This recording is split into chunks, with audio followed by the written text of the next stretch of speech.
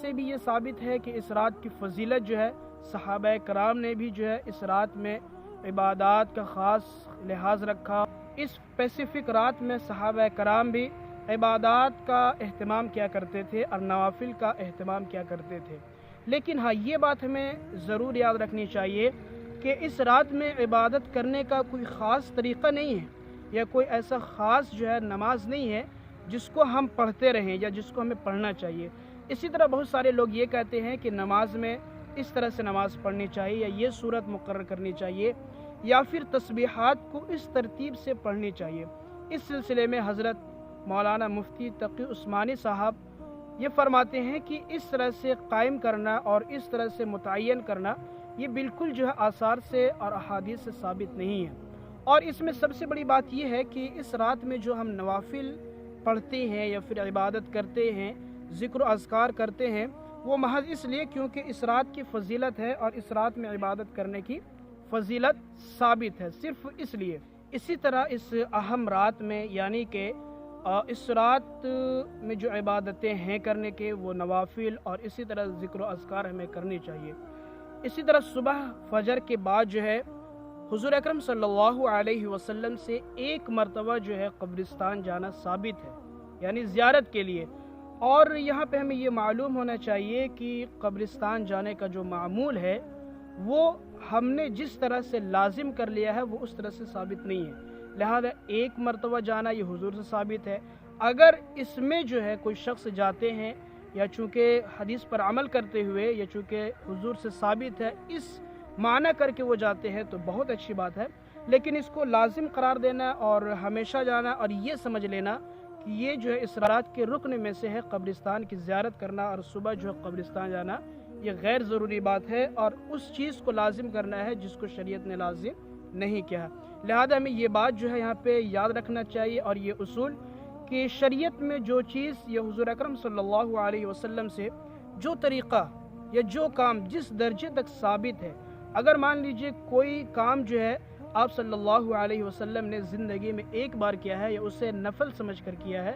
یا اس کو آپ صلی اللہ علیہ وسلم نے اس اہتمام سے نہیں کیا ہے، تو اس کا درجہ اسی حد تک محدود رہے گا۔ لہذا یہ بات کلیئر ہو گئی کہ اگر کوئی شخص اسے لازم سمجھتا ہے اور نہ جانے والوں پر نکیر کرتا ہے، یہ اچھی بات نہیں ہے۔ یہ اس درجے میں صحیح ہے کہ ہاں اگر آپ جاتے ہیں یہ اچھی بات ہے، لیکن لازم کر لینا یہ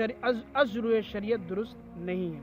اسی طرح ایک بات یہاں پہ یہ آتی ہے کہ 15ویں شعبان کے روزے کو بہت سارے حضرات جو ہے وہ سنت کہتے ہیں یا پھر سنت سمجھتے ہیں۔ یہ بالکل جو ہے معلوم ہونا چاہیے کہ علماء کرام نے اس دن کے روزے کو سنت قرار نہیں دیا ہے، اور بلکہ اس کو سنت جاننا درست نہیں ہے۔ بلکہ اگر کوئی شخص اس دن روزہ رکھتا ہے، لحاظ سے روزہ رکھ سکتے ہیں کہ شعبان کے مہینے کی فضیلت چونکہ احادیث مبارکہ سے ثابت ہے، اور خود نبی کریم صلی اللہ علیہ وسلم رمضان کے مہینے کے علاوہ جس مہینے میں زیادہ روزے کا اہتمام کیا کرتے تھے، شعبان کا مہینہ تھا جس میں آپ صلی اللہ علیہ وسلم روزوں کا زیادہ اہتمام کیا کرتے تھے۔ اور خود نبی کریم صلی اللہ علیہ وسلم نے ارشاد فرمایا کہ یہ شعبان جو ہے وہ میرا مہینہ ہے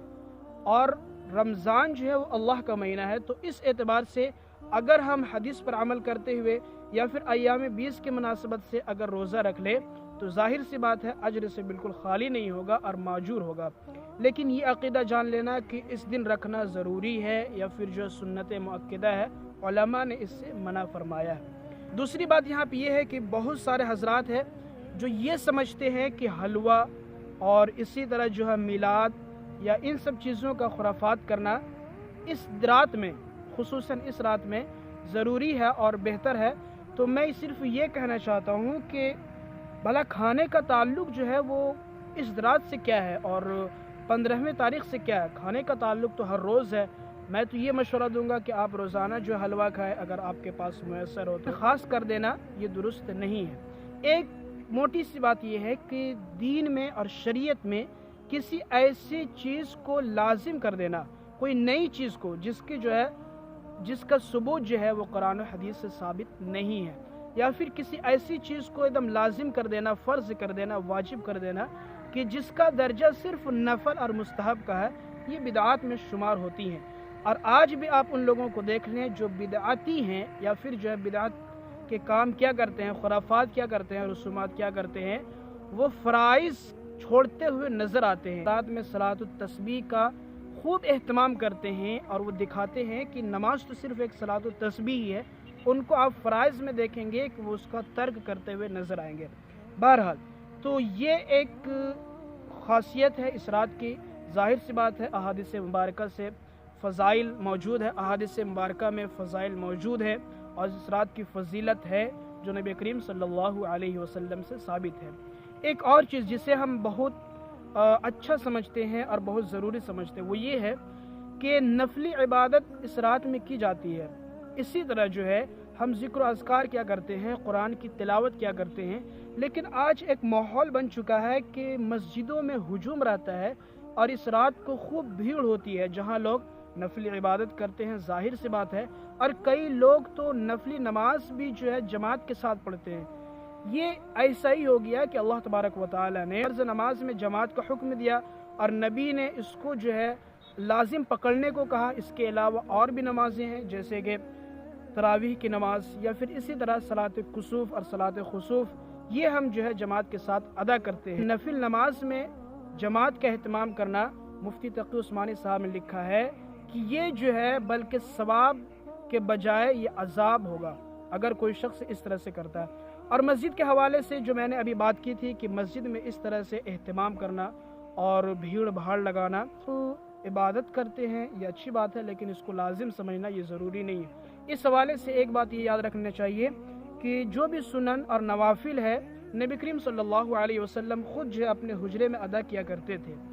ہاں، لیکن اگر کسی شخص کو یہ خطرہ ہو کہ ہم نوافل چھوڑ سکتے ہیں یا سنتیں چھوٹ سکتی ہے تو فقہا نے لکھا ہے اس کے لیے بہتر ہے کہ مسجد میں ہی سنن ادا کیا کرے اور سنتیں پڑھا کرے، لیکن اصل جو درجہ ہے سنت اور نوافل کا وہ گھر میں ہی ادا کرنے کا ہے۔ لیکن آج ہماری حالت یہ ہے کہ ہم گھر کو قبرستان بنا دیے ہیں